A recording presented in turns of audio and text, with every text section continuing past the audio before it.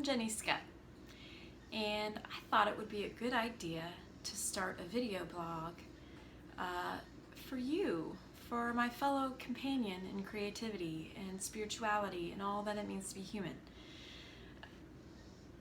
I just thought that would be a good idea to let you in on a little bit of my process, and I want to be in on some of your process. So if you have any ideas or questions or things that you want to have some dialogue over, you can go to my website at flyforward.org and go to the contact page, fill out the form. There's an email form.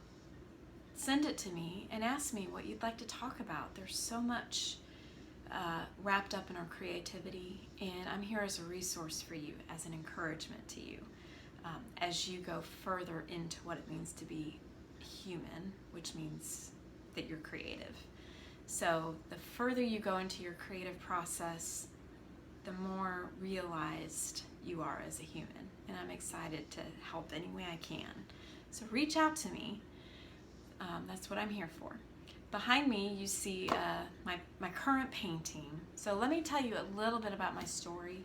My last art class was in 7th grade, and so I never did visual art growing up at all. 7th grade, and I loved my art class.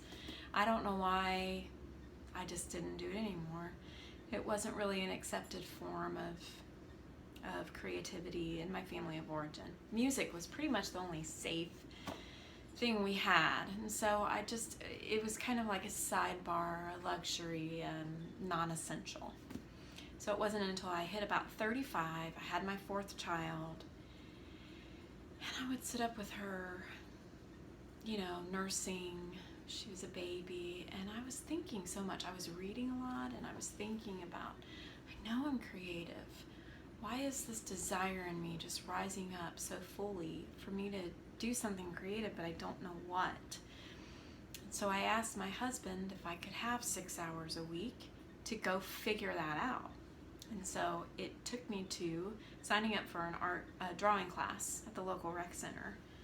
And it was during that course, Melanie Jackson, who is a local artist here, she was teaching drawing at the time. And it changed my life. About the 8th or 9th lesson in, we began to study faces. And my children, I started drawing my children, and they just popped out on the page.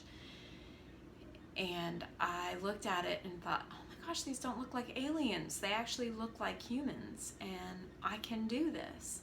And so it led me into this great adventure. It led me into returning to college. I kind of was a train wreck my first time around.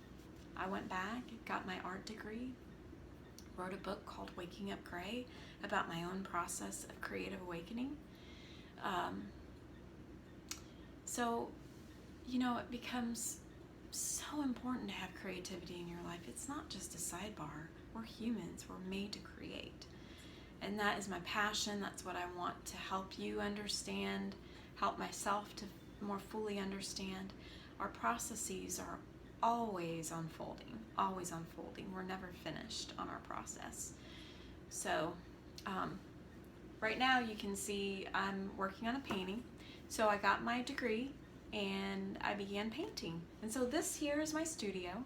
My studio is called Fly Forward Studios, and I love to paint the human figure. And that's typically what I paint, and my children show up in my work a lot. I'm so inspired by them, their beauty.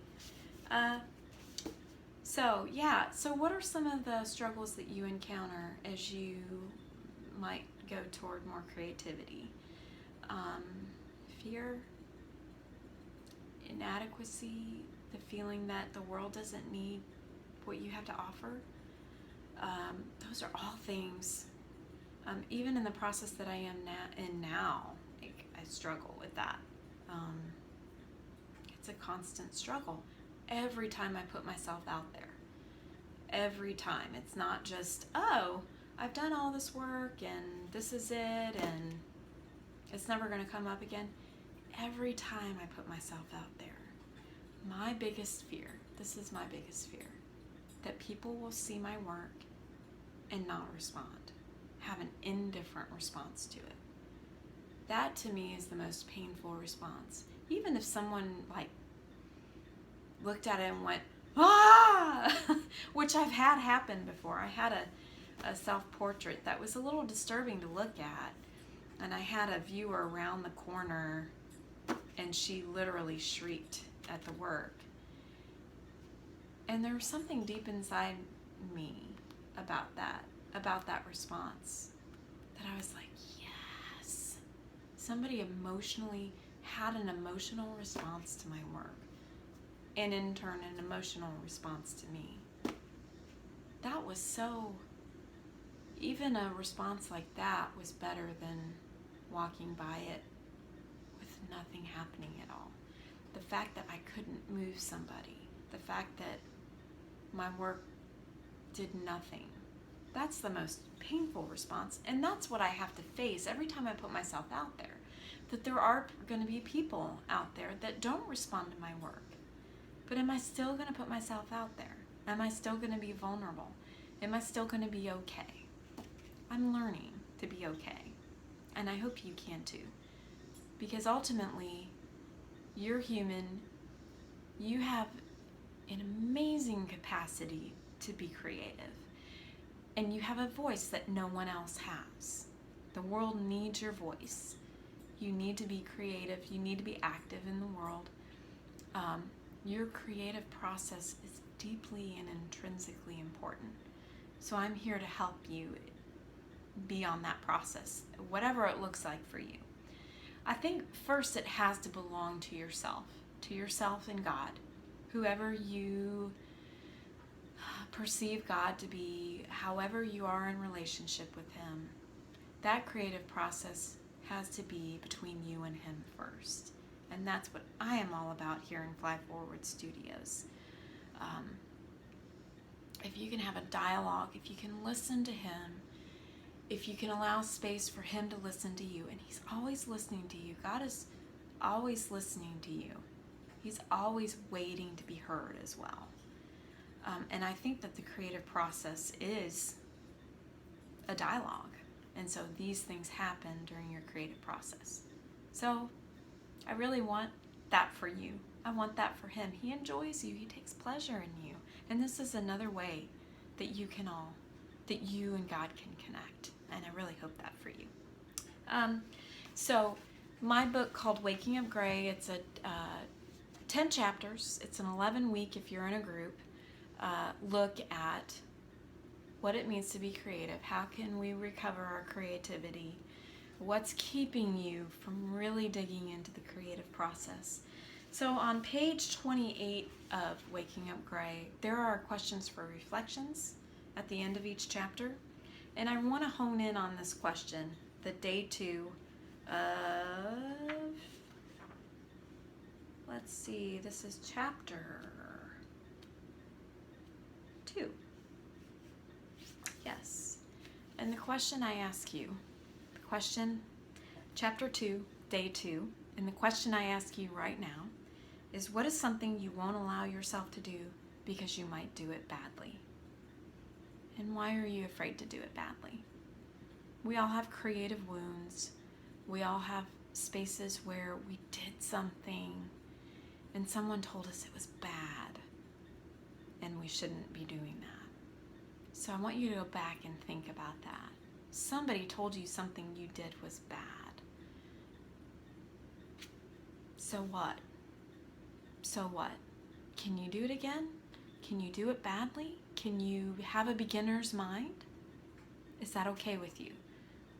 And if it's not, it's not. And be honest with yourself. If it's not okay with you, it's not.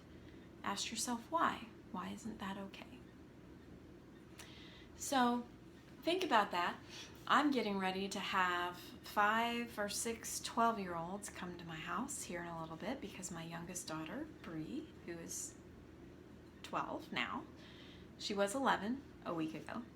She's 12 now, and we're celebrating her birthday. And so I'm about to be inundated with a lot of 12-year-old little girls.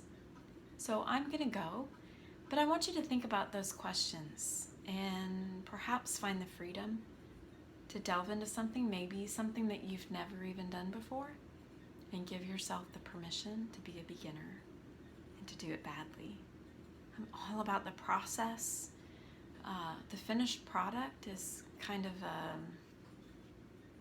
a sidebar. That doesn't matter, but I hope that you find yourself on a creative process. See you next time.